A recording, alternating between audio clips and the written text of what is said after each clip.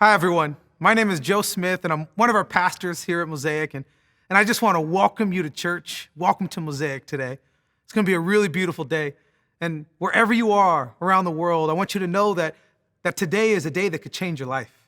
So I want you to know that there's conversations that we could have today, that you'll just be open to all that God has for you. This can be a moment that can change everything for you. See, last week we jumped into the book of Acts together, and we talked about how you can capture and seize every moment. And today I get the sense that for a lot of us here, this is a conversation that can be a breakthrough that we've been waiting for a really long time. See, just the other day, I was watching the movie Harriet with my wife, and if you haven't seen it yet, it's incredible. It's worth the $7.99 on iTunes, and we were watching it with some friends, and one friend who's Canadian and another friend who's Filipino, and my wife is from New Zealand, and none of them had ever heard of the story of Harriet Tubman. And I was just like, how could you not know about this? This is like an essential part of history, and someone who fought for the freedom of others, and they had no clue. And so it's so beautiful just to sit there and to see them witness the power of what happens when you fight not just for your own freedom, but for the freedom of others. And when I read the scriptures, time and time again, one thing that I notice is that everything that God does is for our freedom. That he is a God who is always breaking the chains. He is always pushing us forward. That every single time that we have chosen to live in the moment at the cost of our future, he is the one that says, do you know what I have for you? That everything God does is to set us free.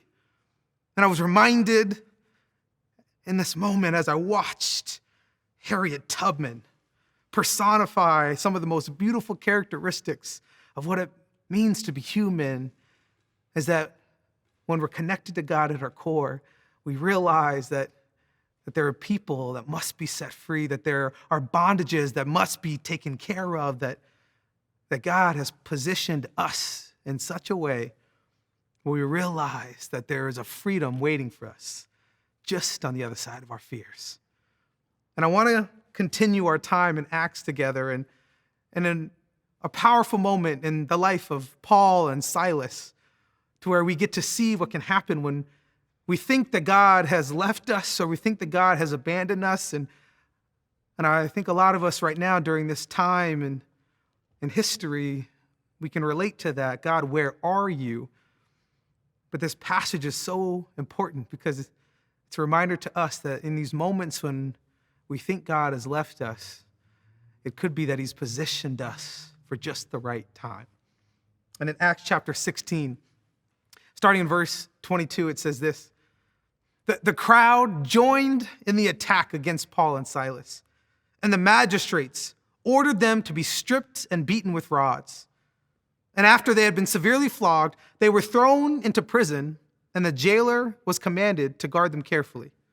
When he received these orders, he put them in the inner cell, and he fastened their feet in the stocks. And about midnight, Paul and Silas were praying and singing hymns to God, and the other prisoners were listening to them. This is such a fascinating moment here. It's because if you want to know a little backstory, it's Paul and Silas, and the reason that they're in this prison is because they had actually set another woman free. Said that she had these spirits in her, and she was following them, and Paul and Silas said, well, hey, we want you to be free. And so they cast out these spirits, and this woman who was being taken advantage of and financial gain for others all of a sudden had her freedom, but at the cost of her freedom was their freedom. And it says that they were placed in this jail cell in the middle of the cell, and they were beaten and they were flogged. And I imagine for them, they must have been wondering, God, why would you allow this to happen to us? We were doing exactly what we should have done. We were helping someone else. We were doing all the things that we know you would want us to, and yet it led us in this moment where we do not want to be here. See, now I wonder for so many of us, what is it that we miss in life that it's a position, it's a moment, it's a place that God has allowed us to come to, and we think that he's forgotten us, and we've missed out on the reality that he's placed us exactly in that moment because there's somebody that needs us to go through what we need to go through. And Paul and Silas find themselves imprisoned for doing the right thing. They find themselves questioning, God, why would you allow this? And in the middle of uncertainty, in the middle of, I'm sure, their frustration, they have a response that seems like it makes no sense.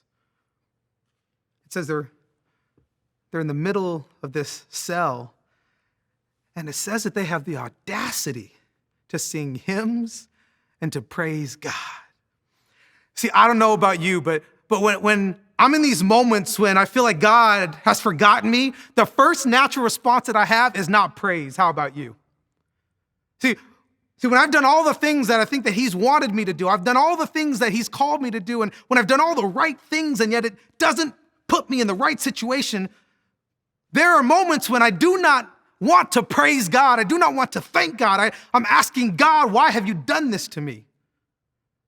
And I've had so many conversations these last few weeks with dear friends of mine saying that very same thing. God, I've done all that you've asked me to, but why would you allow this to happen to me? And I think what's so important for us to understand is that there's some moments in our lives when it is not going to make sense, when we are going to feel completely abandoned by God. And that is the moment when I think what Paul and Silas are trying to teach us is that that's the moment that we should lean in, not shrink back. And here's the key to this, because we're talking about our freedom. We're talking about these moments in our lives and these situations in our lives when God is trying to help set us free. And if you want to understand that everything God does is for your freedom, then the first thing that you have to learn, the first thing you have to step into when we're talking about the keys to unlock your freedom is you have to become a person of gratitude. See, there's something about Paul and Silas in this moment where they understood that just because they couldn't understand it did not mean that they couldn't celebrate that God was moving. See, they had a gratitude that was swelling up from the inside out, and it wasn't a gratitude when God was moving in their favor. It was a gratitude that they understood that even in the midst of the darkest moments of their life, they knew how good God is. And I wonder for you in those moments when you feel rejected by God or abandoned by God, I wonder if your natural response is anger and frustration rather than praise and worship. See, gratitude is that internal force that even when it doesn't make sense to you, you still choose to lean in, you still choose to press in, you still choose to celebrate, and knowing that God is moving not just on your behalf, but he's moving on behalf of everyone. So it says that they were singing and praising and worshiping God. And it's so important. At the end of that, it says, and the other prisoners were listening to them. See, here's why it's so important that you take on this spirit of gratitude, because people are watching your life. See, it would have been so easy for Paul and Silas to just go, this is what happens when you do the right thing, and be angry with God and be angry with the situation. But they understood that when you connect to Jesus, that there are people watching how you live. And they understood that this is not just about us. And they knew that their worship wasn't just for them, but it was for everyone who would come in contact with them. They were in the middle of this prison, and this prison cell had become a church. See, if you allow God to move in your life in a profound way, it doesn't matter where you are. Your tomb can be a mission field.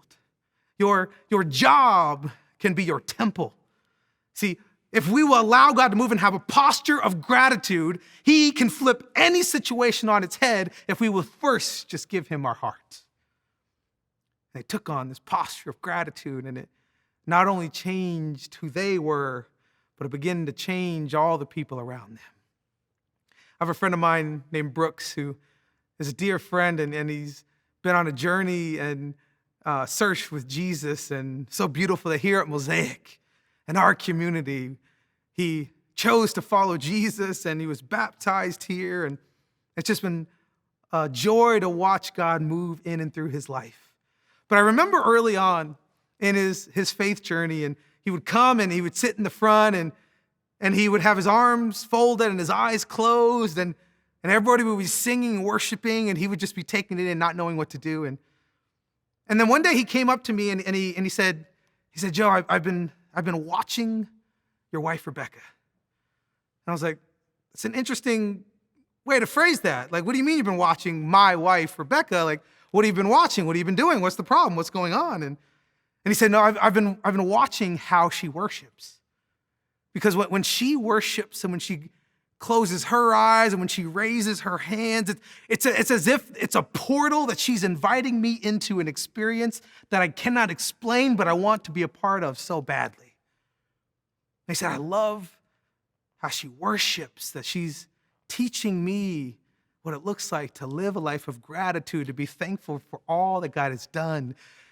See, the reason it's so important for you to worship God and to praise God and to celebrate who God is, even in the darkest times, is because there's people in your life that are going to have that same moment in their life. And when they're going to want to turn away from God, they're going to look at you and say, but you didn't turn away, you leaned in. And people are watching not just how you worship, but people are watching how you live. They're watching how you engage. They're watching how you act when you've been betrayed, when you've been hurt, when you feel like nobody sees you, or you feel like you don't have value, or feel like you don't matter. See, there's people all around you that God has positioned you to be the actual vantage point of what their future can look like when they connect to the God who loves them, that when you take on that posture of gratitude, it's as if you take on the posture of Jesus. And you just celebrate all that he's done in and through you. And you begin to live a life like Paul and Silas, where your praise and your gratitude and your devotion to God is not just seen by God, but it's seen by everyone around you. We continue this passage, and it's so beautiful to watch Paul and Silas as they understand that there's something that's happening that's even bigger than them, and the dots seem to be connecting. And then in verse 26, it says this: suddenly there was such a violent earthquake that the foundation of the prison were shaken. At once, all the prisoners' doors flew open, and everyone's chains came loose. The jailer woke up, and when he saw the prison doors open, he drew his sword and was about to kill himself because he thought the prisoners had escaped. But Paul shouted, "Don't harm yourself. We are all here." This is such a beautiful moment in this passage. Right here, we see Paul and Silas that it says after they give God their praise, that they give God their worship, after there's a choir of voices that joins in, and it's as if they're having church in the middle of this prison cell. It says that there was a violent earthquake. It was so violent that the doors of the prison flew open. And it flies open, and the jailer, who wasn't watching, he all of a sudden comes and he notices the doors are open, and he assumes that the prisoners have escaped. And because he assumed they had escaped, he knew that it would cost him his life, because their freedom would have to come at the cost of someone's life. And right before he's about to kill himself, Paul says, "Hold on, we're all here." See, this is such an important moment for us to understand. Because here's what I want you to hear. There are going to be moments in your life when you think that God has completely abandoned you, There's going to be moments in your life when you think that God has completely forgotten you. There's going to be moments in your life that feel so big, so overwhelming that you're not going to know what to do. And God's going to say, what I need you to realize is that's why I put that person in your life. There are literally people that God is going to send at just the right time to give you exactly what you need. And that's the gift of humanity. See, in this moment in history, I want you to hear me. You were born for this moment. See, in all of the things that we're going through as a nation, as a people, as a humanity, all of the crisis that's happening in our world, what I need you to hear and understand is you were born for this moment. And that God said that there's something in you that I've put inside of you that the world needs, and not just in any moment in history, in this moment. And I need you to realize that all the hardships you're going through, all the pain and the struggle that you're experiencing, I positioned you for this moment. I positioned you because there's actually people that need you, and they just don't need you, they need the best of you. And they need you to live in your freedom. See, when Paul and Silas are in this prison cell, and when this earthquake comes, there's such an interesting moment that happens that it says that their chains came loose. And I feel like in the scriptures, I believe this with every ounce of my being. Every word is so important. Every word has intention. Every word speaks volume. And it tells us that their chains came loose. It doesn't say that their chains came off. It says their chains came loose. Because here's what I need you to understand, is that God will send an earthquake in your life to loosen your chains, but you have to step into your freedom. See, there's going to be moments in your life when bitterness and anger and resentment are going to be so easy to grab a hold of, and God's going to send an earthquake into your life to shake some things up. Because he says, I don't want that to take a hold of your life. And he says, here's what I need you to do. I'm going to shake those chains loose, but I need you to step into your freedom. See, if you're going to live a life where you are completely free, where there are no chains that have a hold of you, the first key to unlocking your freedom is you have to become a person of gratitude. But then the second thing that you have to do is you have to decide that you're going to lead from a place of grace. See, I love that one of the most powerful attributes about who God is that he is a person of grace. And that when we feel so overwhelmed with guilt, when we feel so overwhelmed with shame, when we think about all the destructive choices that we've made in our life, and it could feel so heavy, it's as if God was saying, the reason I came for you is because I want you to feel the freedom that comes from my grace. If any of you guys know John Thomas Benson, he may be the kindest and most encouraging and funny and just one of the best humans that you will ever meet. I've known John Thomas since he was about 5 years old. He's my little brother, and he's on staff with us now. He's our youth pastor, and it's been such a joy to watch him invest in young people and just step into a life where he's giving it away freely. But there's some parts of John Thomas that aren't as full of grace and kindness and truth, and it's on the basketball court. If anybody that's played with John Thomas, he has this gentle spirit, except when you play basketball with him, it's as if a raging lion has been unleashed. And I've got marks all over my body from playing basketball with John Thomas, and my wife is like, what happened? How are you bleeding from every orifice in your body? And I said, John Thomas. And it's so bad, there's been moments where we've had to have conversations, and especially one time we're playing basketball, and Pastor Aaron McManus is going up for a layup, or John Thomas is going, I don't remember which one, and all of a sudden an elbow just gets thrown, and John Thomas knocks out Aaron's teeth. And if you've seen Aaron McManus, that is a good-looking brother, and imagine just a missing tooth it's just not supposed to be, and we had to rush and take him to the dentist, and John Thomas just feels terrible, and he can't believe that he knocked Aaron's teeth out, and he's just filled with so much guilt. And we're like, it's okay, bro. Just like, that's why we said calm down. But a couple months later, and we decide, okay, we're gonna play again, but we need to, John Thomas, we need to take it easy, okay? I want you to understand, this was right after Pastor Irwin had surgery, and it was our first time playing basketball, and he said, we just need to make sure that the boss is good, that he still has staples in his stomach, so let's protect him. He said, yes, sir, I'm good. I promise. We're warming up. We haven't even played the game yet.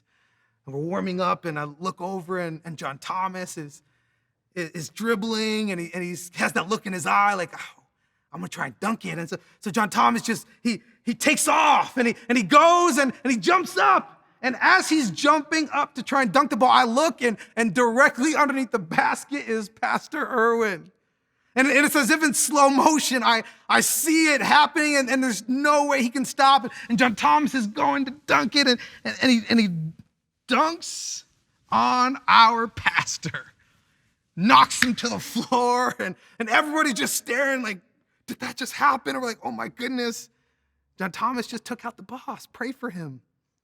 And we go over, and you ever seen the look in somebody's eye, like they know they messed up, they know they're in trouble, they know they completely blew it?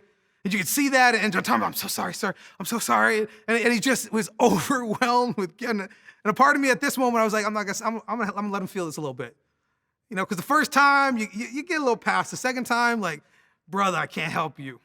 Help me help you. And it was just such a powerful moment as you saw what can look like when we allow, guilt and shame to actually overwhelm us. And sometimes we stay in that. And I'll never forget just the conversations that Pastor Irwin had with John Thomas, and every moment trying to let him know, bro, I will never see you for your worst moments. I'm always going to pull out your best moments.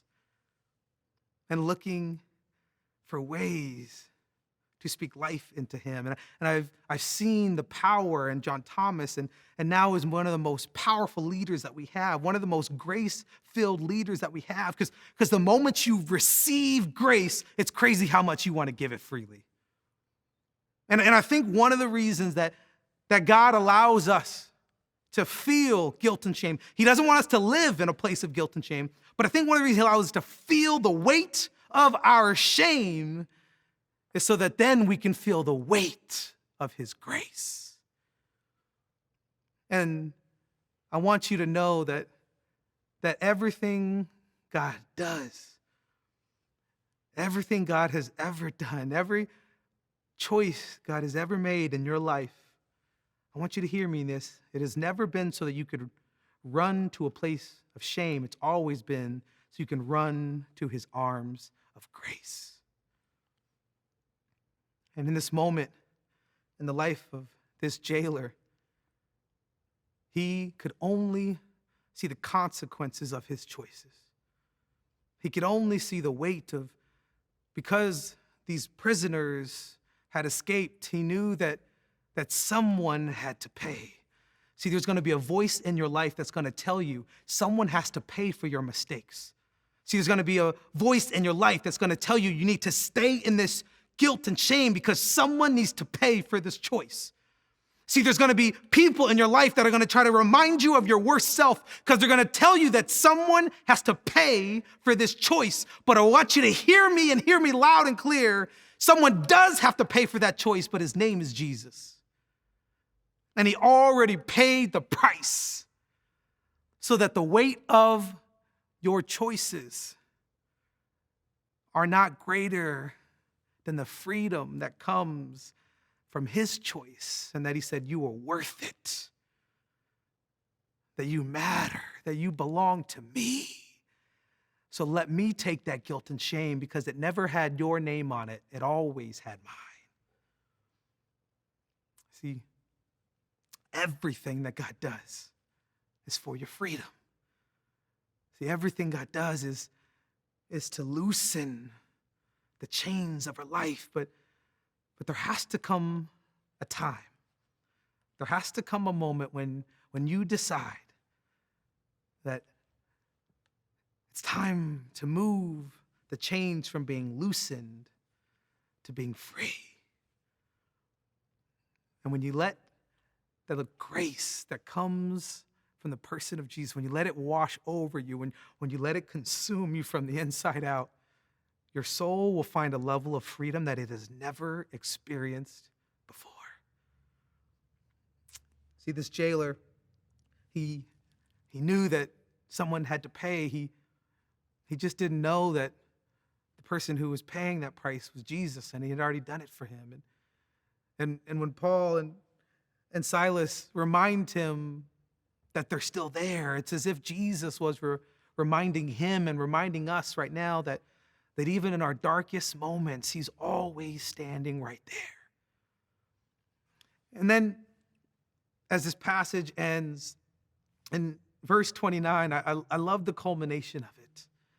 The jailer got a torch and ran inside. Badly shaken, he collapsed in front of Paul and Silas. He led them out of the jail and asked, "Sirs, what do I have to do to be saved, to really live?" They said, "Put your entire trust in the Master Jesus. Then you'll live as you were meant to live, and everyone in your house included."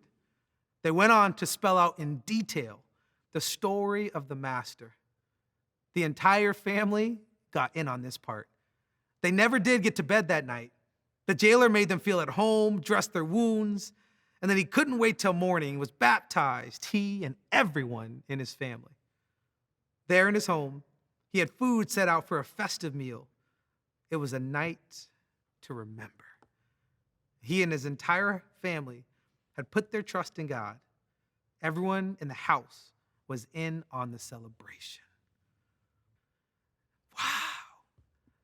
When I read those words, I'm overwhelmed with the beauty and wonder of what God does. See, this is such an important moment because it gives us insight into the strategy of how God actually affects change in the world.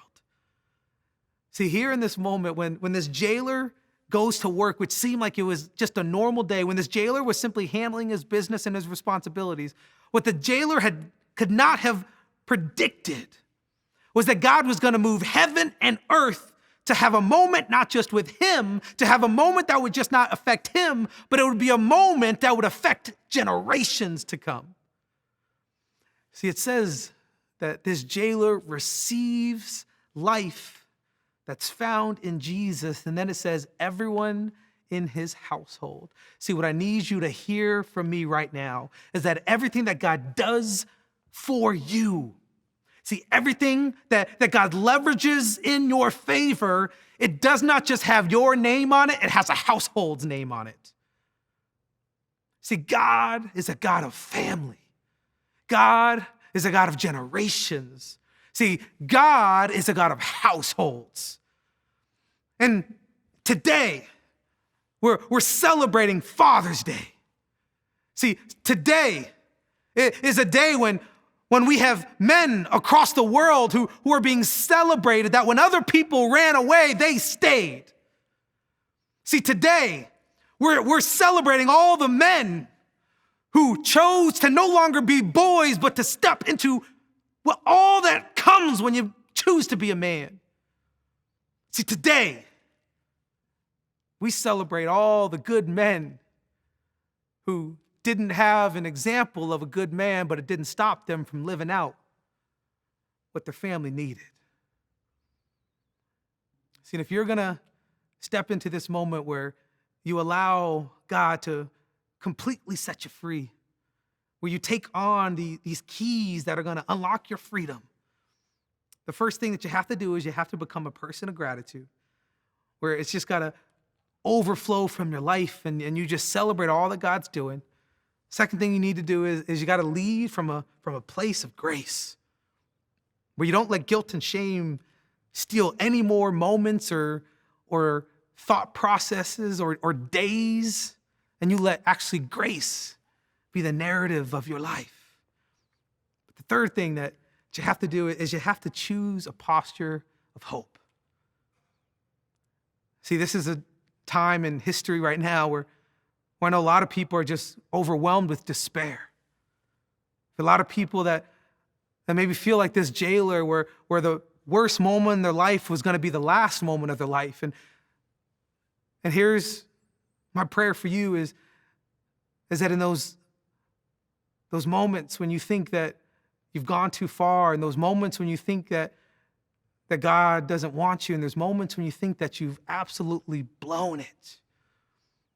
See, I need you to hear me in that there is no place that God will not go to set you free, that there is no place that God will not go to bring you hope. See, everything God does is for your freedom.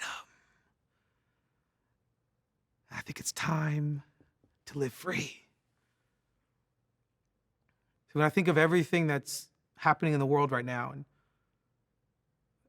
and us coming together and fighting for justice, us coming together fighting for humanity, us coming together fighting that we're better than this.